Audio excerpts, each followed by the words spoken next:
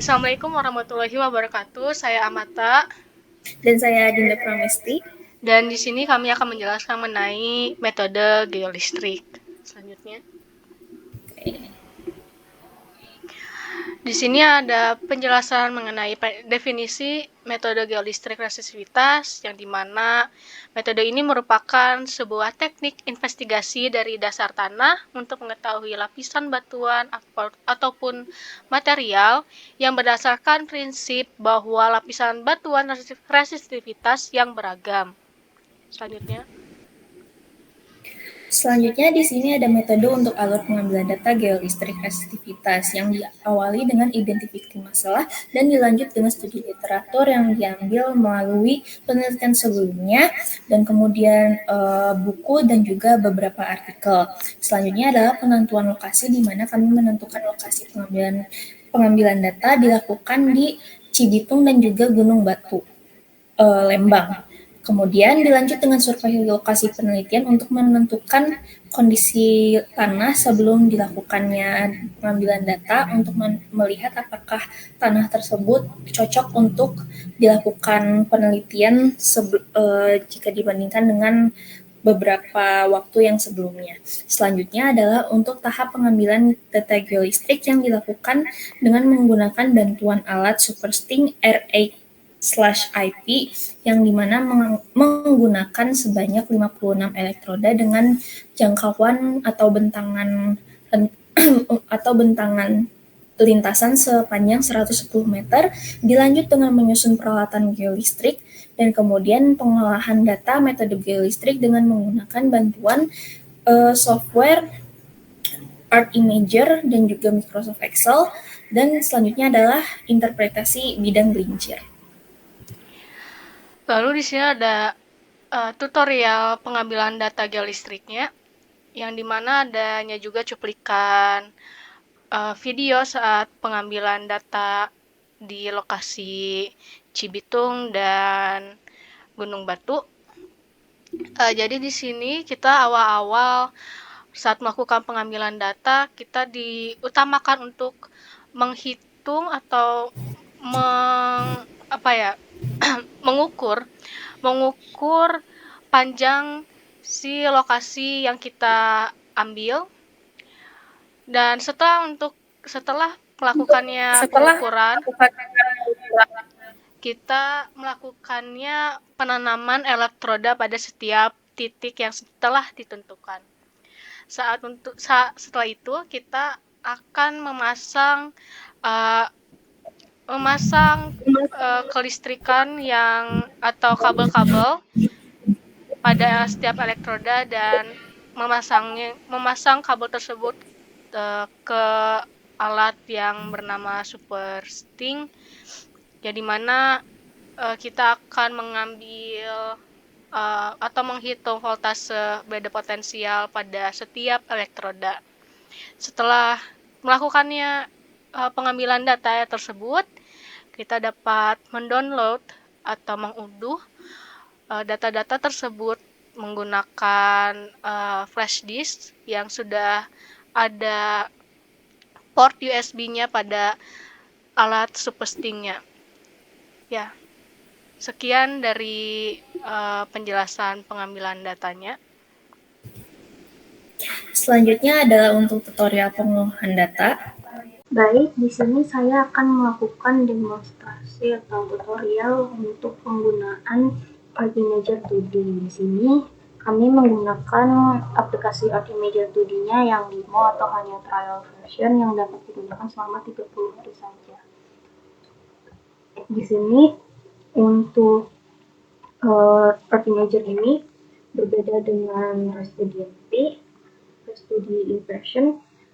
Untuk ArcImager ini kita dapat langsung mengakses atau membaca file .stg yang sudah diperoleh langsung dari SuperString R8/IP. Berikut ini merupakan tampilan awal sebelum dilakukan pengolahan data semacamnya, di mana kita dapat langsung melakukan start inversion. Nah, di sini terlihat untuk penampang resistivitasnya seperti ini tanpa input topografinya ya. Dan di sini RMS errornya itu sebesar 4,61% dan iterasinya sebanyak 3 kali. Untuk demo version ini jumlah banyak iterasinya itu hanya dibatasi sampai 3 kali saja. Di sini untuk mengurangi, kita akan berusaha untuk mengurangi RMS errornya. Di sini untuk dapat mengurangi nilai RMS errornya, kita dapat ke Convergence and Data Misfit di tab View, dan di sini terdapat beberapa opsi dan kita akan menggunakan data misfit histogram. Di sini kita bisa melihat data yang kurang fit atau yang terdapat noise-nya itu, dan kita bisa meremove-nya saja. Setelah itu, kalau sudah, kita bisa start inversion kembali. Dan dapat terlihat bahwa untuk RMS errornya jauh lebih kecil, yaitu 3,27%. Selain menggunakan yang convergence data misfit histogram tadi, kita juga dapat secara manual mengedit surface appraise datanya. Seperti nanti akan muncul tampilan seperti ini, dan kita cukup klik saja salah satu data yang semisalnya noise atau dia terlihat kontras berbeda dengan warna yang di sebelahnya atau warna yang lain, dan kita cukup klik kiri dan kemudian tekan tombol delete di keyboard. Ini salah satunya. Jika sudah, kita dapat langsung start inversion kembali. Dan RMS errornya berkurang kembali menjadi 3,17%. Jika memiliki file topografi atau file terrainnya, kita dapat membacanya dengan membuka file dan kemudian read terrain file. Ini terdapat 2 dan kita akan menggunakan new topo saja. Dan kemudian setelah itu kita start inversion kembali.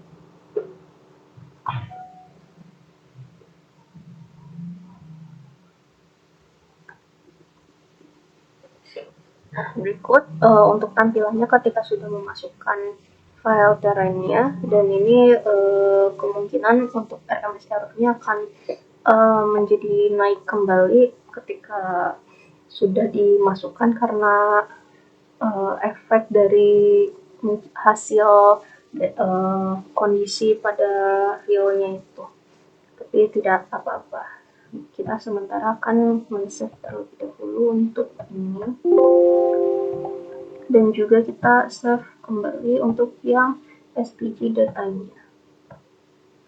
Nah, setelah itu kita bisa sebenarnya jika dirasa lagi kita bisa mencek kembali, tapi di sini rancetnya error. Jadi oleh karena itu jika menggunakan Part Imager 2D demo ini disarankan untuk melakukan data misfit terlebih dahulu sebelum mengotak-ngatik si file SVG yang awalnya itu. Kita bisa melihat juga di sini ada kembali jika tidak bisa mengakses data misfit histogram, kita bisa mendelete secara langsung saja atau secara manual. Kembali start inversion. Di sini jauh lebih kecil. Selain itu, dapat terlihat juga bahwa sebetulnya mungkin nanti hasil dari iterasi atau penangkal resistivitasnya itu dirasa kurang jelas atau kurang terlihat untuk bidang gelincirnya, maka kita dapat ke color and counter properties, bisa yang di sini atau yang di view yang di color and counter properties, dan kemudian kita dapat mengedit nilai atau value dari level, dan juga kita bisa mengedit si rentang warnanya. Ini ada grayscale, ada juga rainbow, dan tapi kita di sini menggunakan yang defaultnya saja, yang Part Imager. Untuk mengubah rentang levelnya, kita bisa klik yang level ini, yang di bagian atas tabelnya, bukan yang untuk mengubah value tiap rentangnya, tapi langsung ke sini dan kita bisa langsung edit saja. Di sini ada minimal, kita misalkannya karena ini 5, berarti kita bisa akan edit aja 5, dan kita mencoba sampai rentang 100. Kita oke. Jika sudah berubah, maka kita coba oke. Dan ini terlihat lebih jelas untuk perbedaan atau tiap lapisannya ya. Kemudian kita juga bisa misalkan lagi edit sampai 150, maka dia juga akan kembali berubah untuk si lapisannya ini. Kita bisa sampai 200 jika dirasa masih sampai untuk terlihat bagian warna merahnya. Tapi ini jadi kita cukupkan dulu terlebih dahulu sampai angka 150. Kemudian ini kita agar bisa aspek rasio. Ini untuk mengangkat, jadi lebih seperti terlihat penampangnya saja. Dan kita bisa show konturnya juga untuk kontur lensnya. Dan di sini tuh kita bisa show, kita di sini juga bisa mengubah grafik title-nya. Di sini kita akan mencoba CBT01 new seperti ini. Kemudian untuk melihat ini kita bisa ke inverted resistivity section untuk hanya cukup melihat si penampang hasil resistivitasnya saja. Dan kemudian kita coba untuk perbesar. Nah, ini untuk memperbesarnya di sebelah sini kita dapat melihat dengan lebih jelas. Di sini kita akan menggunakan nilai 0,8 saja. Kemudian kita sayangnya tidak dapat otomatis, jadi harus kembali mengatur kontur atau nilai kontur levelnya. Di sini kita input 5 dan di sini kita input 200. Kita coba apply. Oke. Nah, seperti ini untuk gambaran inverted resistivity section-nya. Jika ingin melakukan setting, kita bisa langsung saja ke save atau print image juga bisa. Atau sayangnya di sini hanya tidak bisa untuk melakukan untuk men-save-nya, jadi kita bisa cukup SS screenshot saja melalui aplikasi seperti itu. Dan sekian untuk demo dari Artimager 2D inversion ini. Next ya, selanjutnya. Dan selanjutnya adalah untuk interpretasi pengambilan data. Di mana yang pertama adalah untuk pengambilan data interpretasi di lokasi Cibitung, di mana di sini dapat dilihat terdapat di Cibitung ini menggunakan dua buah lintasan, yaitu kita sebut CBT01 dan juga CBT02. Adapun untuk lintasan di CBT01 dapat terlihat untuk bidang gelincirnya pada kedalaman sekitar 3-4 meter dengan panjang bentangan bidang gelincirnya yaitu sekitar 50 meter dan berada di antara lapisan hijau dan juga lapisan warna biru.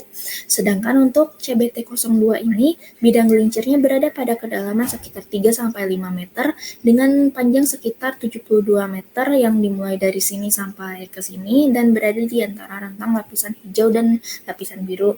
Adapun untuk lintasan di Cibitung ini terbagi menjadi dikategorikan menjadi dua lapisan, yaitu antara lapisan yang ini dan juga lapisan yang berwarna biru ini. Sama juga untuk yang CBT01.